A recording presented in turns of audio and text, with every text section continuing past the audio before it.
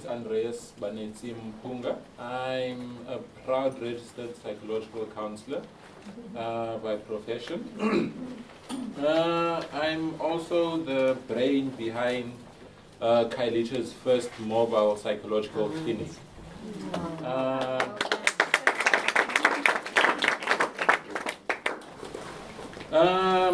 Firstly, I would like to thank Sega for giving me this opportunity to come and speak about the need, the gap I saw that needs to be filled in Kailicha, the need of psychological services and mental health practitioners lacking there.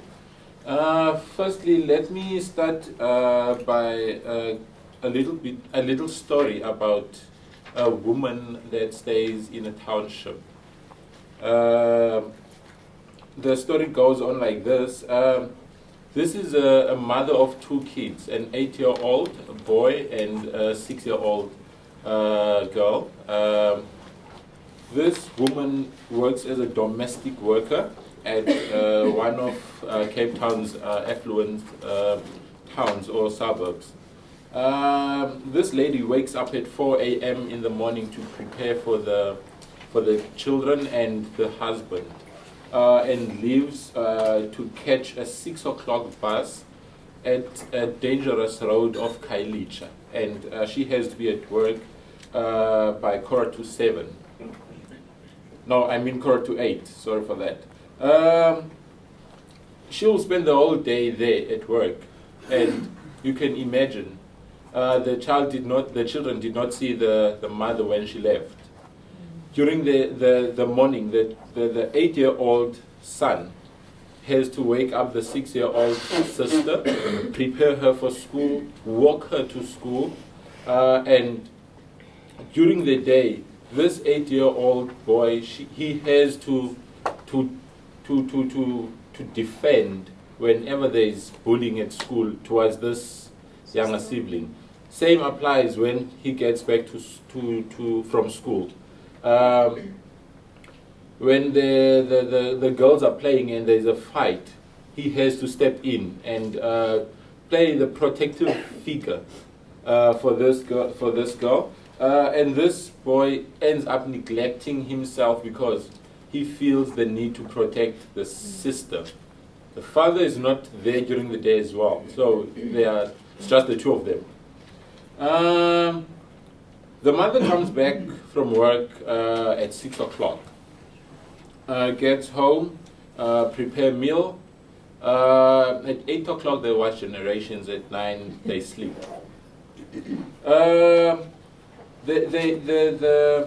The child grows up in this pattern each and every day, and this child grows up with having absent father that is present at home, absent mother that is present at home, but we know they have to go and work.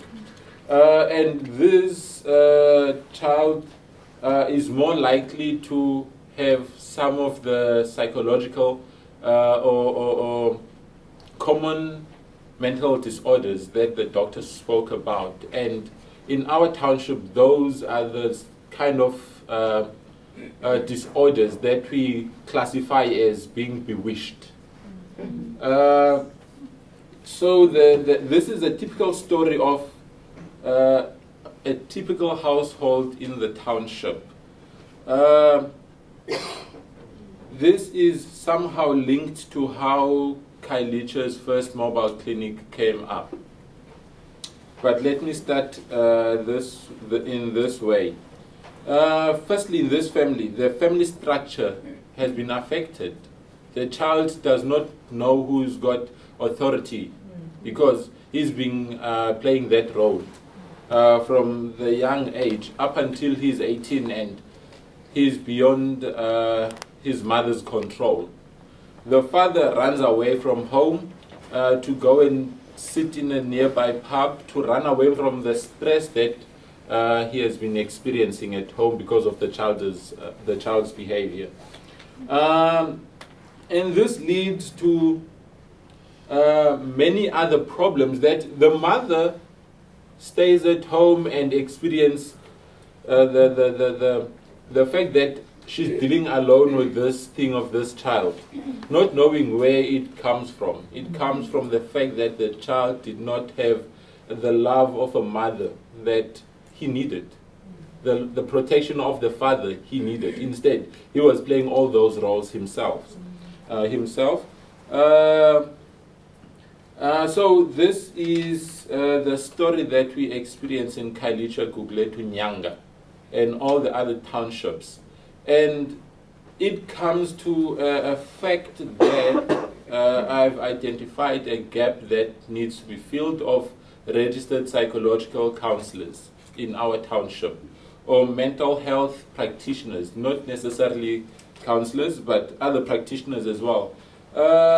I was doing my research sometime this week and noted that in Kailicha alone, it has got between 400,000 and 450 people. That's the population of Kailicha.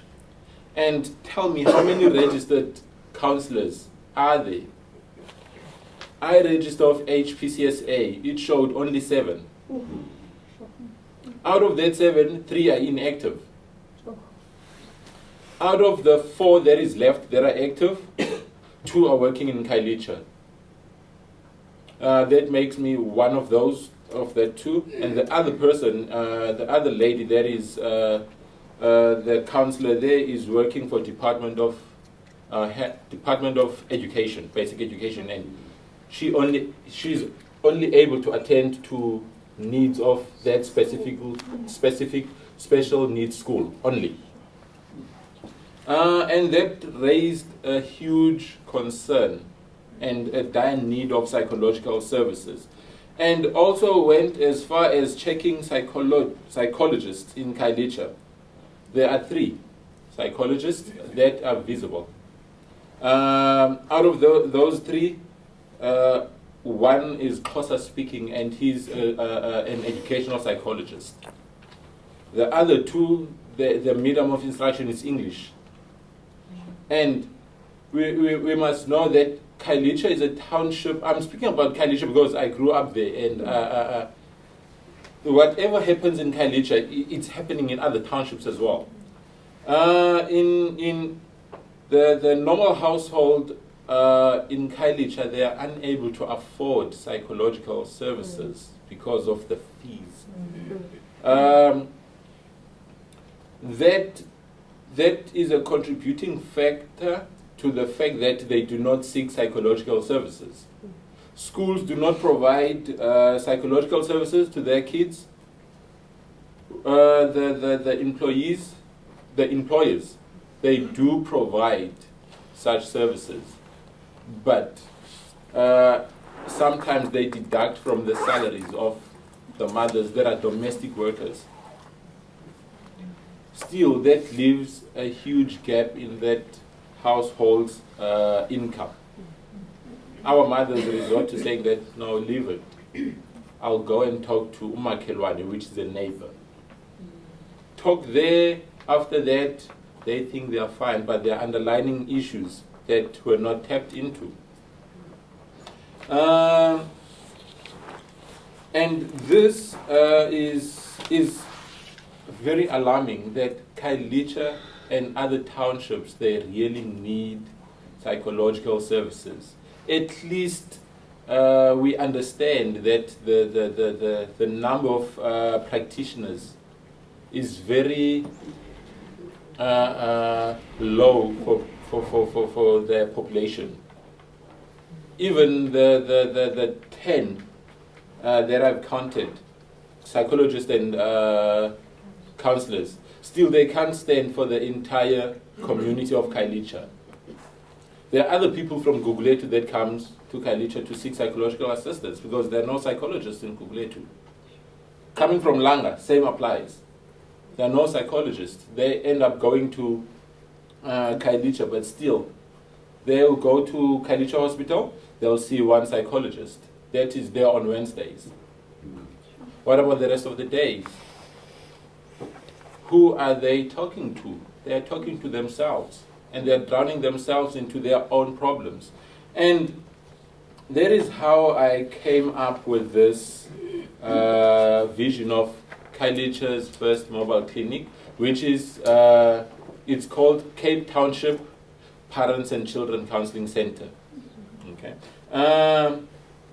I won't dwell much about that because there's a clip that is going to be displayed there that will pretty much explain what is it that this center is all about and how is it going to work.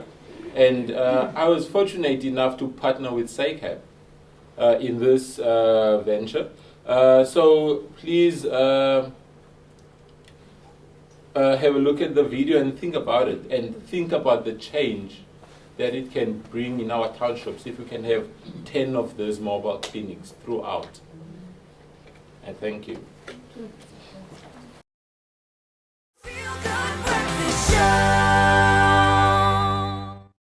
Yes, indeed it is. So time to breathe in some of that South African inspiration from South Africans that are really doing amazing work out there. Now, we all know that mental illness is a serious issue that we need to deal with. And for many, psychological counselling can assist in dealing with the challenging times throughout life, as well as restore one's mental and emotional well-being. Now, our Mandela Monday hero this week is a qualified psychologist or psychological counsellor who's sharing this form of rehabilitation with other needing South Africans.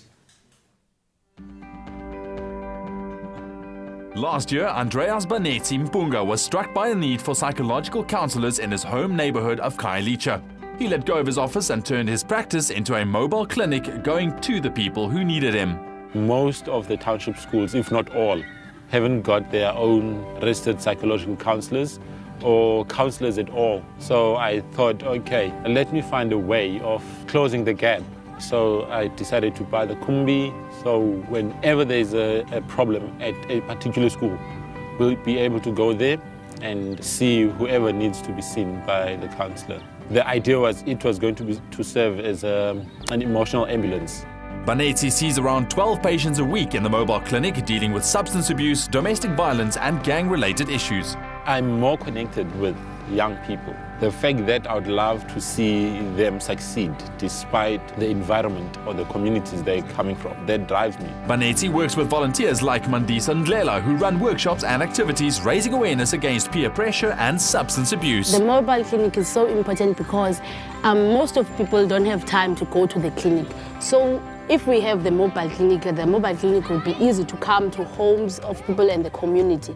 The community also benefits from roadshows where residents can learn about various aspects of mental and emotional health.